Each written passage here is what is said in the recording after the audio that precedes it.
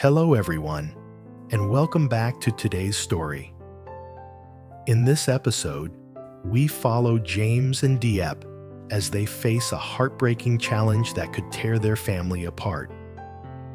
When John and Nhi's grandmother suddenly reappear, demanding to take the little girl back, James finds himself caught between compassion and fear. Determined to do what's right, he proposes that Nigh should decide her own future, an act of courage that tests every bond they've built. As the day of truth arrives, emotions erupt, loyalties are questioned, and love is pushed to its limits. Stay with us until the end to see whether this small family will stand united or be forced to let go. And don't forget to subscribe to help us reach 10,000 subscribers. Your support truly means the world to us. The warm glow of sunset washes over the small wooden house as the rhythmic sound of a hammer fills the air. John works steadily, beads of sweat on his brow, while James watches from a short distance, arms crossed.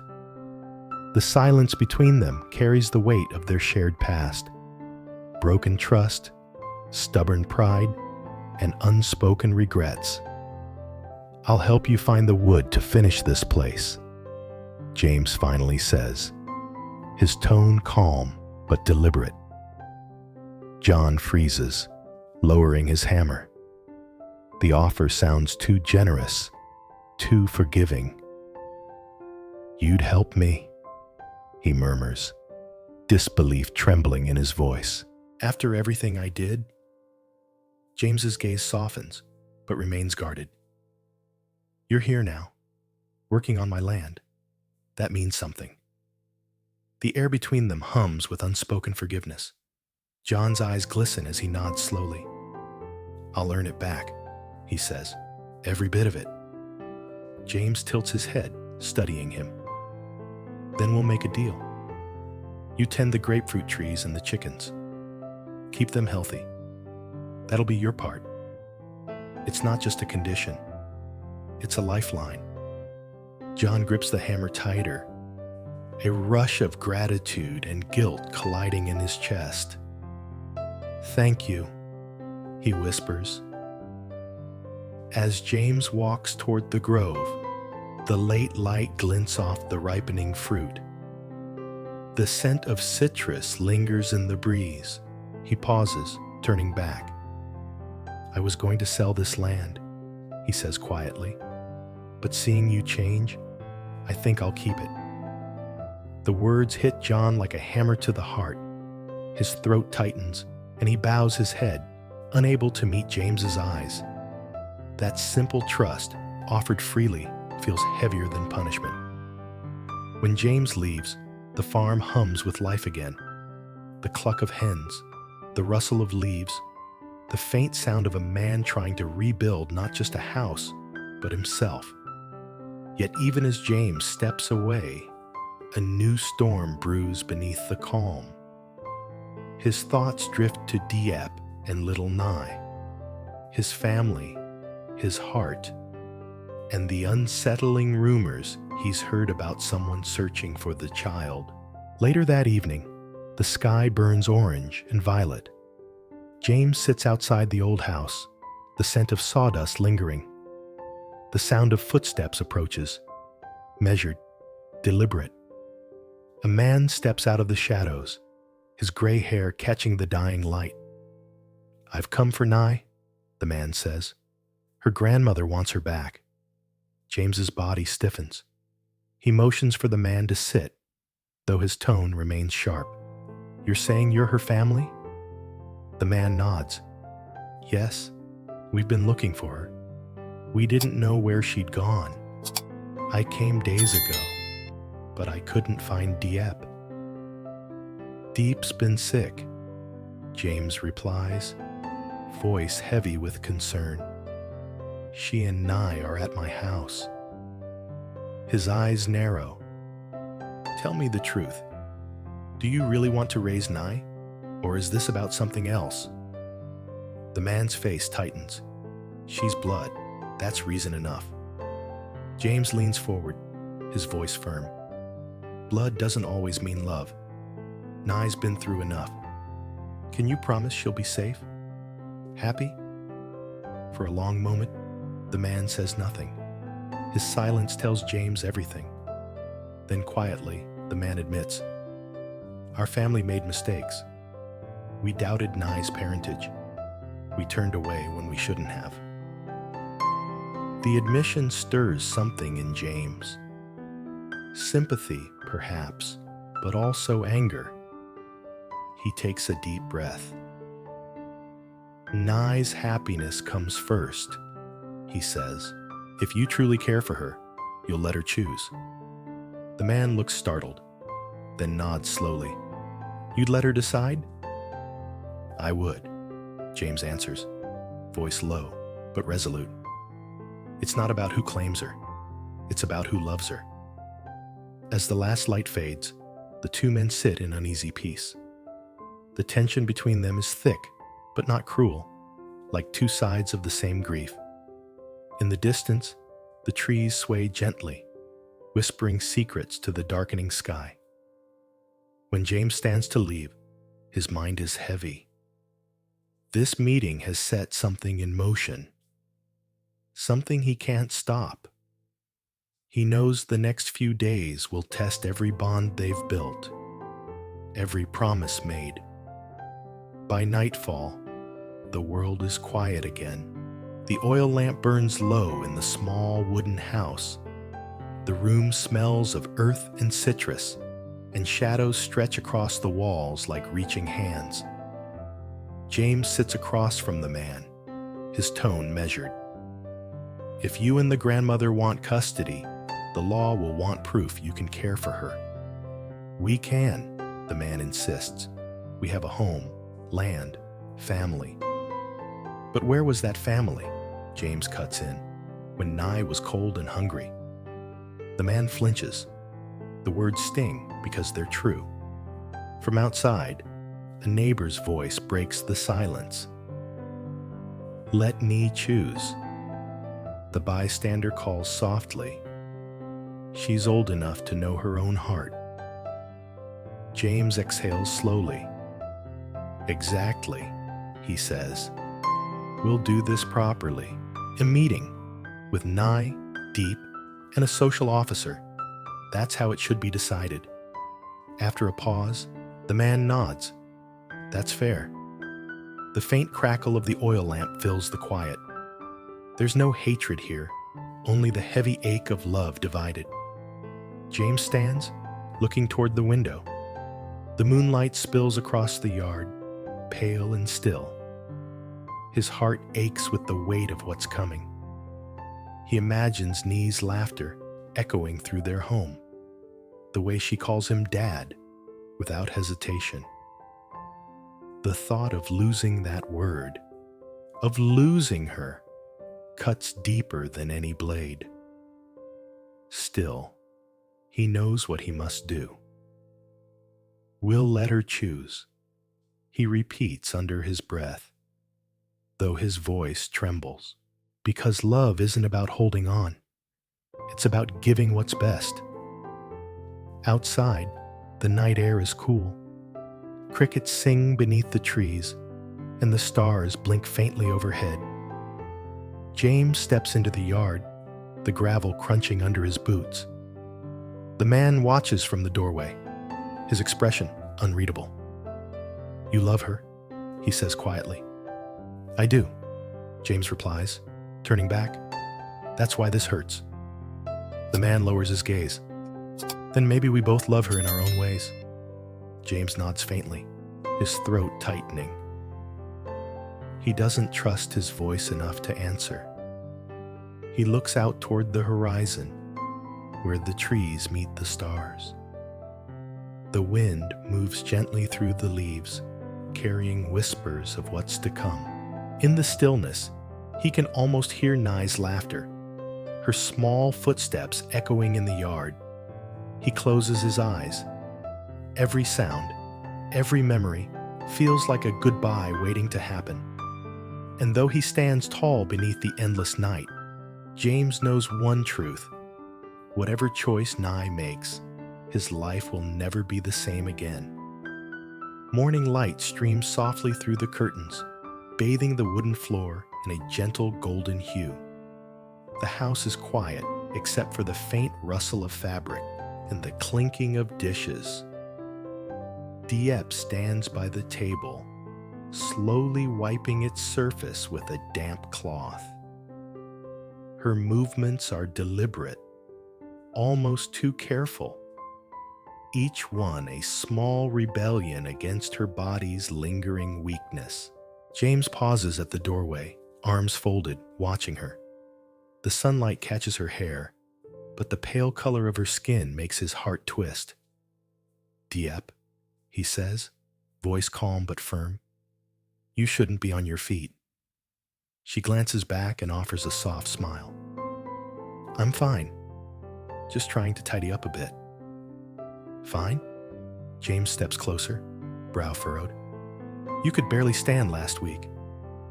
Diep chuckles faintly, the sound fragile but warm. "If I stay in bed any longer, I'll lose my mind. Besides, keeping busy helps me forget everything." James knows what she means. Forgetting the uncertainty, the fear, the shadow of losing Nigh. He exhales and sits down beside her. "You don't have to pretend you're okay, Diep. Not with me." Her smile falters. "I'm just trying to stay strong for Nigh." "You already are strong," he murmurs, reaching to take her trembling hand. "But strength doesn't mean doing everything alone." For a moment, silence fills the room. The clock ticks steadily on the wall, the air thick with everything they're too afraid to say. Finally, James speaks again. "There's something you need to know." Diep's expression shifts, the color draining from her face. "It's about Ni's grandmother, isn't it?" He nods slowly. "She came to see me yesterday, with John." Diep freezes, her fingers tightening around the cloth. "John?" James sighs. "They're working together. She says she wants to take Nigh back, claims it's time the child returns to her bloodline." The words hit Diep like a blow. Her eyes lower, the cloth slipping from her hand. "So it's true," she whispers. "They've come for her." She insists it's out of love. James continues quietly, "But I'm not convinced. I told her this isn't a decision for adults to fight over. Nigh should choose for herself." Diep's eyes glisten, but she nods. "That's fair, though I already know what her choice will be." James studies her. "You think she'll leave?"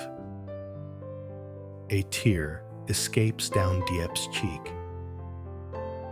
"Children always long for where they came from, James. No matter how much love we give her, blood has its pull."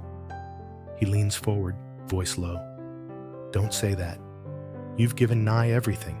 A home, love, safety. That's more than blood ever did." Diep smiles weakly. "Maybe. But if she chooses them, I won't stop her. Love means letting go when you have to." The strength in her words only makes James's chest ache more. He takes her hand again and presses it gently. "You won't have to face that alone," he says softly. By noon, the sun stands high, scattering warm light across the orchard. A small table is set beneath the grapefruit trees. Nhi sits between James and Diep, fidgeting with her sleeves, her eyes darting nervously between the adults. Across from them stand John and Nig's grandmother, her silver hair pinned neatly, her expression unreadable. A local child welfare officer is present too, clipboard in hand, his tone neutral but kind. "This isn't a court hearing," he reminds them. We're simply here to understand what's best for Nigh. The grandmother nods stiffly. That's all I want as well. The officer kneels slightly, meeting Nigh's eyes. Do you know why everyone's here today? Nhi hesitates, glancing toward Diep. Because Grandma wants me to live with her? That's right, he says gently. But you have the right to choose. No one will be angry, no matter what you decide. The grandmother steps forward. Her voice trembles, but her tone is full of longing. Nigh, my dear, we've missed you. I know we weren't there before, but we want to make things right. You'll have cousins, your own room, a school close by, everything you deserve. Her words hang heavy in the air. Diep lowers her gaze, fingers twisting in her shawl. She knows she can't offer Nigh all those things. Only love. Nigh looks up at her grandmother, then turns toward Diep. Mama Diep, if I go with Grandma, will you still love me? The question tears through her. Diep forces a smile, though tears pool in her eyes. Of course, sweetheart. I'll always love you, no matter where you are. The girl's lip trembles. And Dad, James? James's throat tightens. You'll always have us, Nigh, but this is your choice. The wind stirs the branches above, scattering a few petals across the table. Nigh's small voice breaks the silence. I love Grandma, she says softly, but I love Mama Diep and Dad James too. This is my home. Diep lets out a quiet sob, her hands covering her mouth. James exhales, his shoulders relaxing for the first time in days. The grandmother's eyes glisten as she stands in silence, the decision settling heavily on her heart. She nods slowly, voice cracking. You've raised her well. I can see she's happy. John shifts uneasily beside her, guilt flickering across his face. Maybe we shouldn't have pushed so hard, he murmurs. The officer writes something on his clipboard and nods. The child's wish will be respected. Nigh will remain under James and Diep's care. The grandmother steps forward, kneels before Nigh, and places trembling hands on her cheeks. Be a good girl, she says softly. Study hard. Take care of your parents. Nigh throws her arms around her. I'll visit you, she whispers. The older woman smiles faintly. That's all I need. That evening, the sky glows crimson as the sun sinks behind the orchard. Fireflies flicker like tiny lanterns over the grass.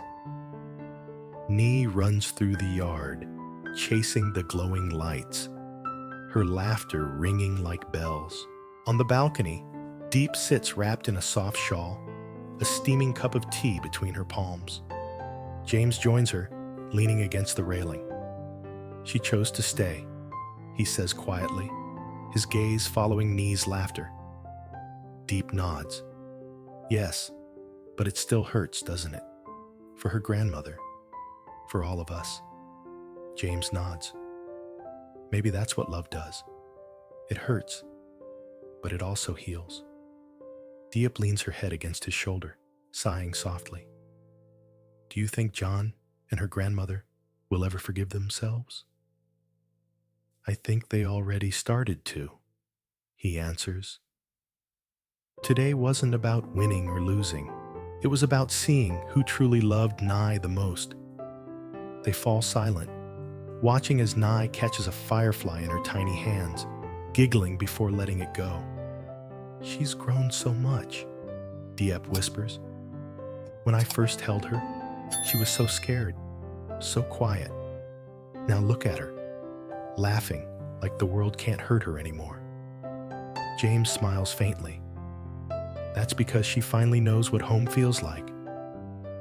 The moon rises, casting silver light over the orchard. The grapefruit trees shimmer softly, their branches swaying in the breeze. James wraps his arm around Diep, drawing her close. "We've survived storms," he says, voice low. "Fights, sickness, loss, and now this. But somehow, we're still here." Diep smiles, tears glinting at the corners of her eyes, because we held on to each other, to love.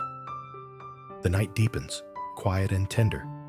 Beneath the moonlight, their small family feels whole again, fragile but real.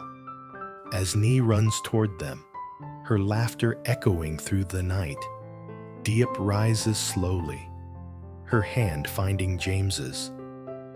Together, they stand under the stars, watching the child who once came to them broken now bloom in joy.